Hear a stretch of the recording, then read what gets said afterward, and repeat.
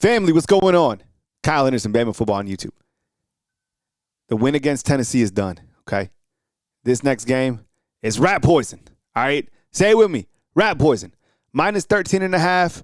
Alabama favored by 82. Ty favored to win the Heisman Trophy. All this stuff. It's all rat poison because guess what? They haven't clinched a spot in the SEC championship game, and they haven't clinched a spot in the playoffs. So it's all rat poison.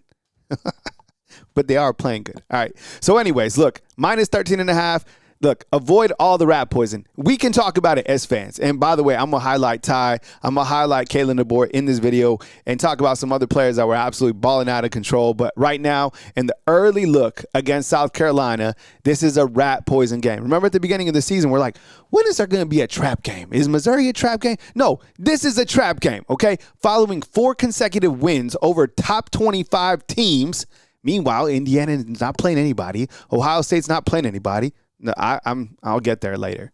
But look, this is a trap game. Have your head on a swivel. Understand what's at stake. What's at stake is this. If Alabama loses, okay, we've seen this before, and I'm going to tell you, okay, listen up. This is important. Miami just lost, okay? They're ranked number 2. Did you see where Miami went? They only went down to 9, okay? They only went down to 9. When Alabama lost, they went down 13 spots. Okay, so Miami went down 7 spots. Alabama, when they lost, they went 13. That's what I'm saying. You lose to an unranked team. You're leading a team by 3 points. It doesn't matter. Alabama, do you agree with me? Yes or no? Is Alabama held to a different standard ranking-wise? And I get it. The AP doesn't mean anything. Coaches poll doesn't mean anything. College football rankings, they do. But all I'm saying is it feels like Alabama is held to a different standard. Holler if you hear me, all right, inside the comment box. When you look to this game, and I'll go full screen, you have Alabama taking on South Carolina. Ty Simpson, his numbers are crazy. 18 touchdowns, 1 interception, 19, 31 passing, right? The other side, Lenore Suggs. It's crazy. He's only thrown 5 touchdowns on the season and 2 interceptions. I still think he's dangerous. Call me crazy, right? Jan Miller, 70 carries, 2 touchdowns, 282. But it seems like Daniel Hill was catching fire in that late game, right? Now you have 3 running backs to worry about.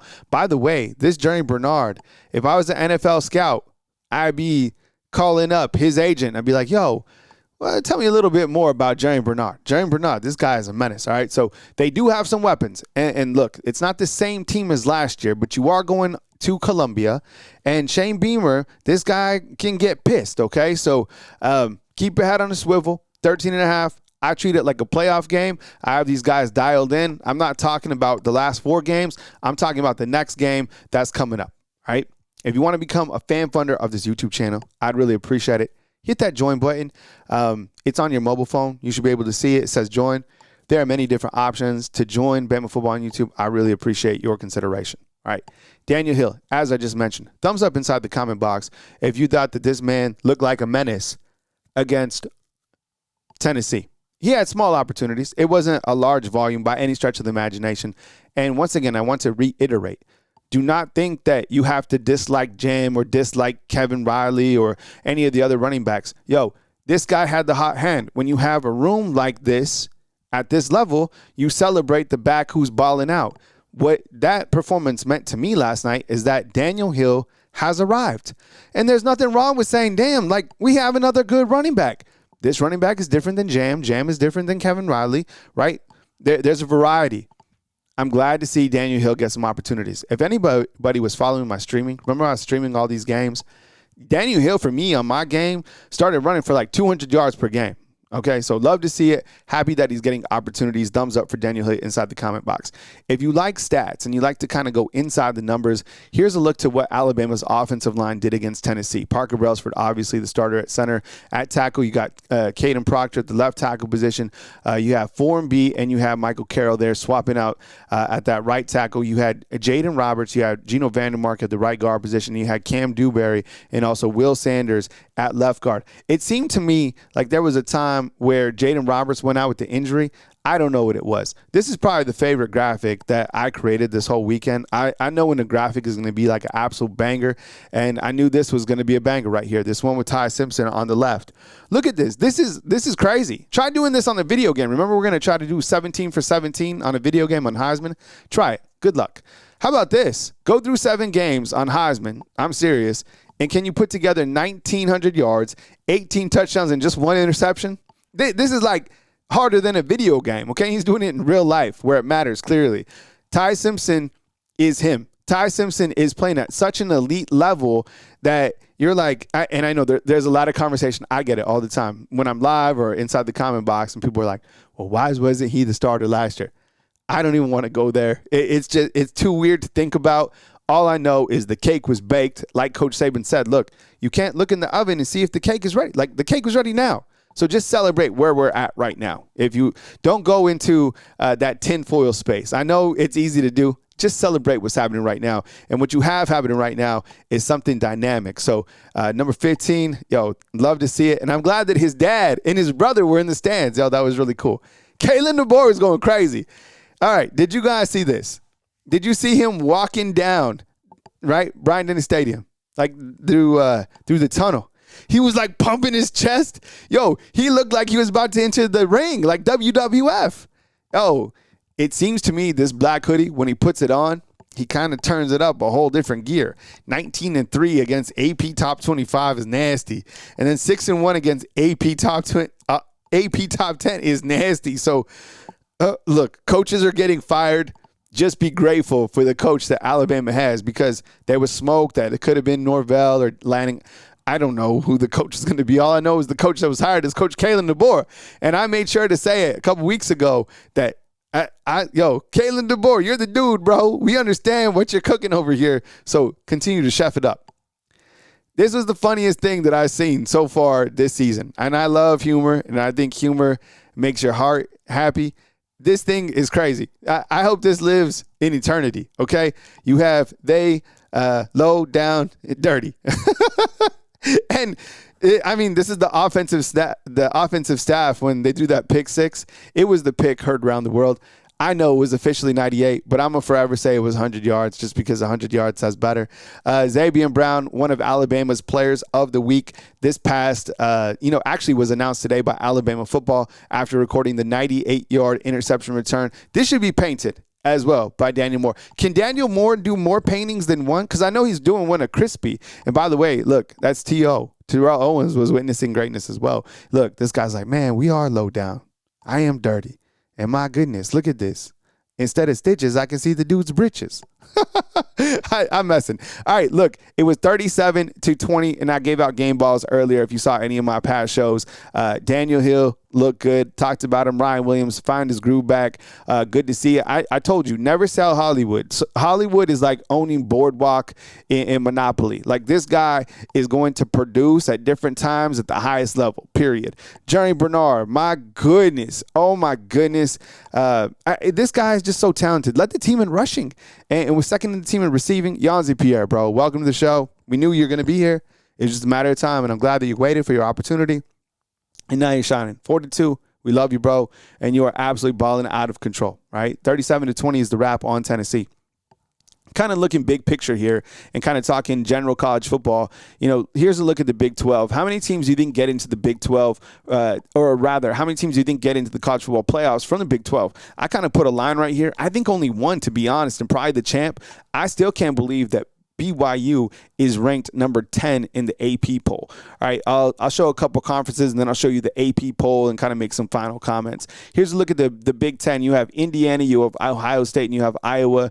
Here is Oregon over here. They are 3-1. So a lot of football to play. I would imagine that Oregon finishes out the season 11-1 and is a playoff lock. Now, they won't play for the conference championship game because Indiana and Ohio State do not play each other. But I would expect the Big 10 to get 3 teams in.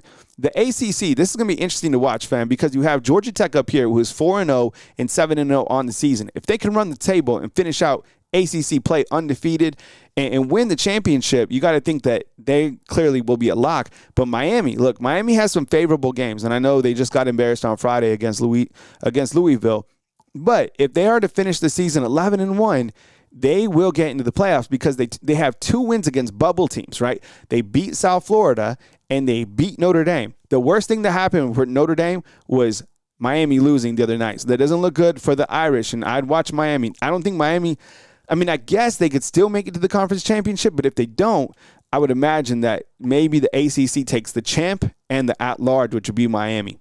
All right. And the other thing about Miami is they only fell 7 spots in the polls, which I thought was completely unfair.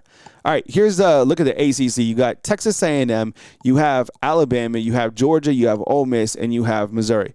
Now, I want to talk to you about Texas A&M real quick, okay?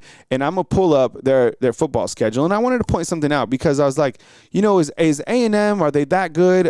I'm giving them credit. I think they're up there. But then I started thinking about it at dinner tonight. I was like, look, I want to point something out to my fam when I'm talking next time, on my next video. Their schedule, what stands out to like on their schedule better than Alabama, right? As I was like, okay, and I started thinking about it at dinner. I was like, okay, Texas, San Antonio, Utah State, at Notre Dame by 1 point. Okay, a 1 point win, great. You beat Auburn by 6. Auburn hasn't won a game in SEC play. Okay, you beat Mississippi State, one of the lower teams, still, kind of feisty, but you beat them. You beat Florida, okay, and you beat Arkansas. So tell me, fam, like right here, which game is like screaming that these guys deserve to be number 3? Okay, they don't have a loss. I get that. But when we look to Alabama's football schedule, right, and we'll pull this up as well, and I mean, I just think that Alabama right now, and the thing is, people are like, well, you lost to Florida State, and Florida State's about to fire their coach. I know they are. I fully am aware of that, okay? I 100% understand, okay? But since that loss, look what they've done against, like, SEC top 25 teams. How does this not impress you? They beat Georgia when they were 5. They beat Vanderbilt when they were 16. Beat Missouri when they were 14. Beat Tennessee when they were 11. Like, are you not entertained? What else do they have to do, right?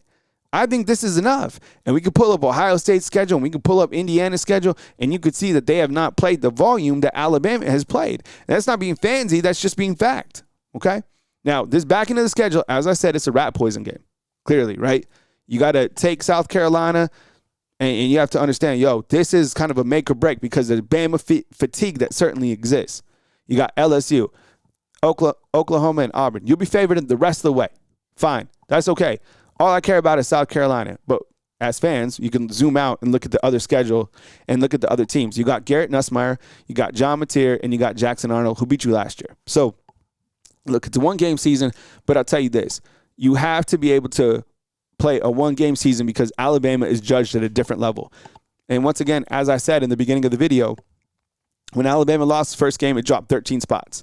If Alabama loses again, they'd probably be out of the playoffs. I know that's crazy to say, but there's Bama fatigue that exists. And the last thing I'll say, and you're like, what? Well, won't they finish in the top 5 of, the SEC football standings? I have no idea. I hope so. But look at all these teams. How many teams are going to take? A&M 7-0, Bama 6-1, Georgia 6-1, Ole Miss 6-1, Missouri 6-1, Oklahoma 6-1, Vanderbilt 6-1. You see what I'm saying? A lot of these teams are going to start cannibalizing each other kind of towards the end, but you're going to have a lot of teams on the upper threshold on kind of that cutoff line for 5 that, are probably going to go into the playoffs. So Alabama has to continue to play at a very high level. As we kind of close out here, let's go over the AP top 25. And I get it. These rankings mean nothing, I guess, but they do give you a snapshot of how people are viewing things, okay? Ohio State 1, Indiana 2, A&M, I just spoke about them. You have Bama, Georgia, Oregon, and Georgia Tech. Now, here's where it gets pretty interesting for me, is you have Ole Miss, and as you can see, Miami only dropped 7 spots, which I think is completely unfair. You have Vanderbilt, welcome to the top 10, cool to see. But BYU, let me ask you a question. Would BYU beat Vanderbilt? Would BYU beat Missouri? Would BYU beat Tennessee? Would BYU beat Georgia? What would BYU's record, honestly? What would BYU's record be, honestly, if they played Alabama's schedule? Just these last 4 games. What would it be? Would it be 0-4? Probably, right? Let me ask you this question. Who would win between BYU and South Florida? I don't know. Something to think about. Hey, fam, I hope you like this content, and I really appreciate you guys kicking it with me right here on Bama Football on YouTube.